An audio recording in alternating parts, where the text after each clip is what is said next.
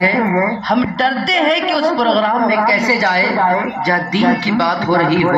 جہاں قرآن کی بات ہو رہی ہو، جہاں جناب والا انسانیت کی بات ہو رہی ہو، جہاں پر انسان کو بے حیائی سے بچایا جا رہا ہو، جہاں پر انسان کو نیکیوں کی طرف بلایا جا رہا ہو، جہاں پر انسان کو انسان بننے کی تعلیم دی جا رہی ہو، ہم لوگ ڈرتے ہیں اس جگہ پر جانے کے لیے۔ کیوں؟ میں پوچھنا چاہتا ہوں کیوں ڈرتے ہیں؟ وجہ یہ ہے کہ وہاں پہ خوف خدا سنایا جائے گا،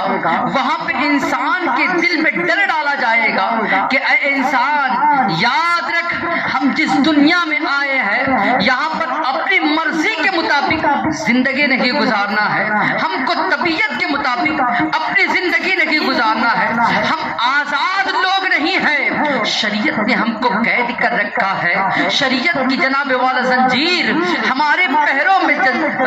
جکڑی ہوئی ہے، اور ہم کو جو بھی کام کرنا ہے طبیعت کے مطابق نہیں کرنا، شریعت کے مطابق کرنا ہے۔ شریعت نے جس انداز سے چلنے کے لیے کہا ہے ہم کو اس انداز سے چلنا ہے، شریعت نے جس انداز سے ہم کو بولنے کے لیے کہا ہے ہم کو اس انداز سے بولنا ہے۔ اچھا اگر ایسا کریں گے تو کیا ہوگا؟ اگر ہم شریعت کے مطابق چلیں گے، اگر ہم شریعت کے مطابق بیٹھیں گے، اگر ہم شریعت کے مطابق زندگی گزاریں گے، اگر ہم شریعت کے مطابق تجارت کریں گے، اگر ہم شریعت کے مطابق اپنا کاروبار کریں گے تو ہمارا معاملہ کیا ہوگا؟ ہمیں کیا ملے گا؟ ہمارے جناب والا معاملات کیا ہوگے؟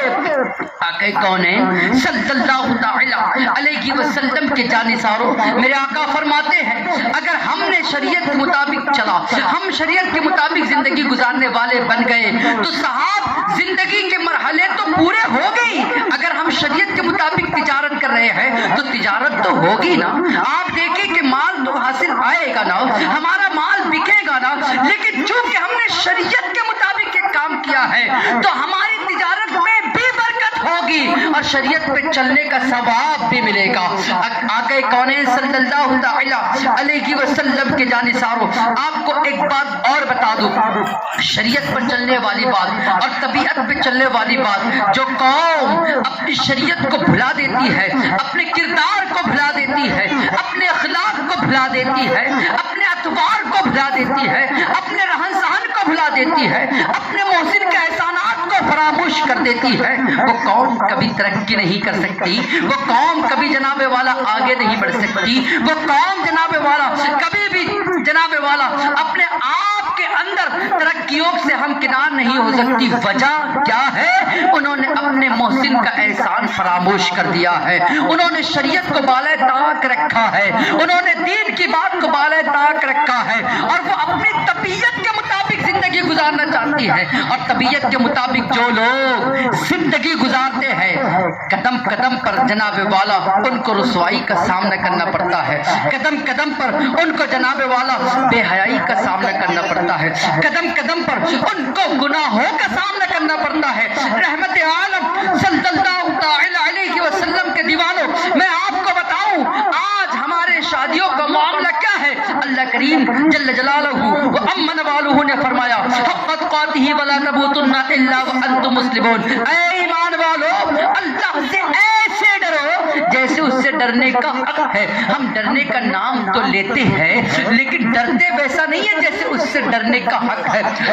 آپ کو یہ بھی بات بتا دوں ائمہ حضرات یہ ایسے ہی نہیں سو رہے ہیں، ائمہ حضرات علماء و حفاظ اور علماء ربانیین یہ ایسے ہی شریعت کی بات آپ تک نہیں پہنچا رہے معاذ اللہ رب العالمین کہ آپ جناب والا اپنے کاروبار کو چھوڑ کر، اپنے تمام دھندوں کو تجارتوں کو چھوڑ کر، اپنے تمام مصروفیات کو چھوڑ کر ایک نماز کے لیے مصلی لے لے اور ایک تسبیح لے لے اور مسجد کا کونا پکڑ کر آپ اللہ اللہ کرنے والے بن جائیں۔ نہیں صاحب یہ نہیں بنانا چاہتے، وہ آپ کو یہ بتانا چاہتے ہیں کہ ہم ایمان والے تو ہیں لیکن ہم میں انسانیت ہے یا نہیں ہے, ہم میں ایمان کی بات ہے یا نہیں ہے, شریعت کو ہم مانتے ہیں یا نہیں ہے, شریعت کے قانون کو ہم فالو کرتے ہیں یا نہیں ہے. ہم کو اس کا محاسبہ کرنا ہوگا, ہمیں دیکھنا ہوگا کتنے ہم شریعت پر چلنے والے ہیں, کتنے ہم شریعت کو فالو کرنے والے ہیں.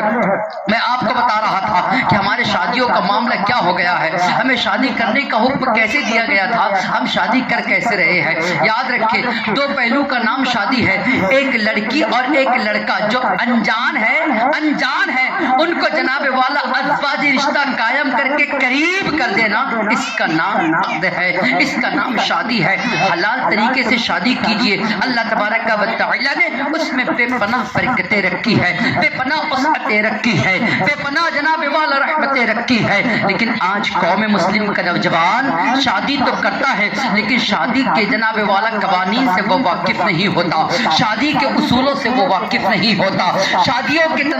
تمام جناب والا معاملات سے وہ واقف نہیں ہوتا. وجہ یہی ہوتی ہے کہ چند دنوں کے بعد معاملات گھر کے اندر بن پڑنے کے جگہ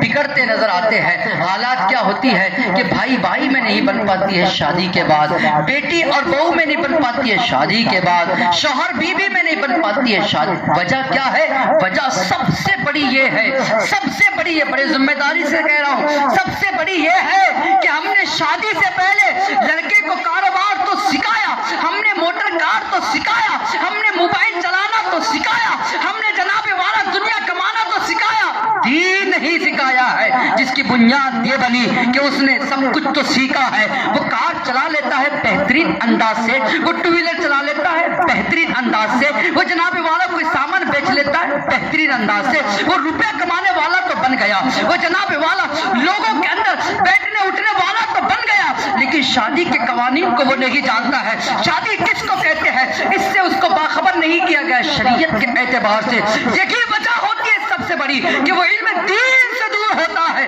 شادی کے اصولوں کو نہیں جانتا, شادی کے ضابطوں کو نہیں جانتا, شادی کے معاملات کو نہیں جانتا, شادی کے جناب والا احکامات کو نہیں جانتا. جس کی بنیاد پر ایک تو کبھی شوہر بیوی پر ظلم کرتا ہوا نظر آتا ہے, یا بیوی جناب والا بے وجہ شوہر کو تنگ کرتے ہوئے نظر آتی ہے. اسی طریقے سے ہم نے اپنی بیٹی کو انجینئر تو بنایا, ڈاکٹر تو بنایا, وکیل تو بنایا, جناب والا کمپیوٹر کی تعلیم اس کو دی ہے, اچھے سے اچھا ایجوکیشن اس کو دیا ہے, لیکن فاطمہ کا کردار اس کو نہیں دیا ہے, عائشہ کا کردار اس کو نہیں دیا ہے, خدیجہ کا کردار اس کو نہیں دیا. اے قوم مسلم کے نوجوانوں اور اے قوم مسلم میں رہنے والوں سنو, اگر ہم اپنی بیٹی کا ایجوکیشن میں کمپیوٹر کلاس سکھائے نہ سکھائے اس کی کوئی حاجت نہیں ہے, بیٹی کو موبائل چلانا سکھائے نہ سکھائے اس کی کوئی حاجت نہیں ہے, لیکن بیٹی کو فاطمہ کا کردار سکھائے اس کی حاجت ہے, بیٹی کو عائشہ کا کردار سکھائے اس کی حاجت ہے, بیٹی کو خدیجہ کی واقعات سنائے اس کی حاجت ہے. اس لیے کہ آج کی بیٹیاں جناب والا گھر کے اندر جانے کے بعد وہ تکلیف برداشت نہیں کر سکتی اور وہ اس کو تکلیف سمجھتی ہے, اس کو تکلیف سمجھتی ہے. میری بات کو برا نہ مانے, میں بھی 3 بیٹیوں کا باپ ہوں, یاد رکھے مجھے بھی اللہ تعالیٰ نے بیٹی دی ہے. اور چلتے چلتے آپ کو یہ بھی بتا دوں, جب میں مدینے کی سرزمین پر پہنچا, گنبد خضرا پر جب پہلی نظر پڑی تو تمہیں معلوم ہے میں نے کیا مانگا تھا؟ اس وقت میں ایک بیٹی کا باپ تھا. جیسی گنبد خضرا پر نظر پڑی میں نے کہا مولا مجھے 4 بیٹیاں عطا فرما, مجھے 4 بیٹیاں عطا فرما. میں دعا مانگتا رہا, بازو میں جہاں پاکستان کا ایک بندہ تھا جو اردو سمجھتا تھا, اس نے پکڑ کر کہا تمہیں لڑکے ہی لڑکے ہیں کیا, تم کتنے لڑکوں کے باپ ہیں؟ میں نے کہا نہ مجھے لڑکی ہے. تو کہا 4 لڑکیوں کی دعا مانگ رہے ہو, عجیب لوگ, عجیب ہو تم کہ تم 4 لڑکیوں کی دعا مانگتے ہو. یہاں تو لڑکوں کے لیے لڑا جاتا ہے, بیٹے کے لیے لڑا جاتا ہے. میں نے کہا صاحب میں نے حالات کو دیکھا, میں نے مصطفیٰ کی زندگی کو دیکھا ہے, میں نے صحابہ کی زندگی کو دیکھا ہے, میں نے تابعین کی زندگی کو پڑھا ہے, میں نے مصطفیٰ صلی اللہ علیہ وسلم کے وہ قول کو پڑھا ہے کہ جس کے گھر میں 3 بیٹیاں ہوں اور وہ پرورش اچھے سے پرورش کر کے ان کو اسلامی ماحول میں پروان چڑھا دے, میرے آقا نے فرمایا جنت میں وہ شخص اور میں ایسے رہوں گا جیسے یہ 2 انگلیاں رہتی ہے. صحابی میں سے ایک صحابی کھڑے ہو گئے, آنکھوں میں آنسو ہے, جب کعبے کا یا رسول اللہ اگر کس کی 2 بیٹی ہے تو وہ کیا کرے گا؟ رحمت عالم صلی اللہ علیہ وسلم نے فرمایا وہ اس کے لیے بھی خوشخبری ہے کہ وہ گھر چلا جائے, اپنی 2 بیٹیوں کی پرورش دین کے مطابق کرے, اور دین کے مطابق جب وہ پرورش کرے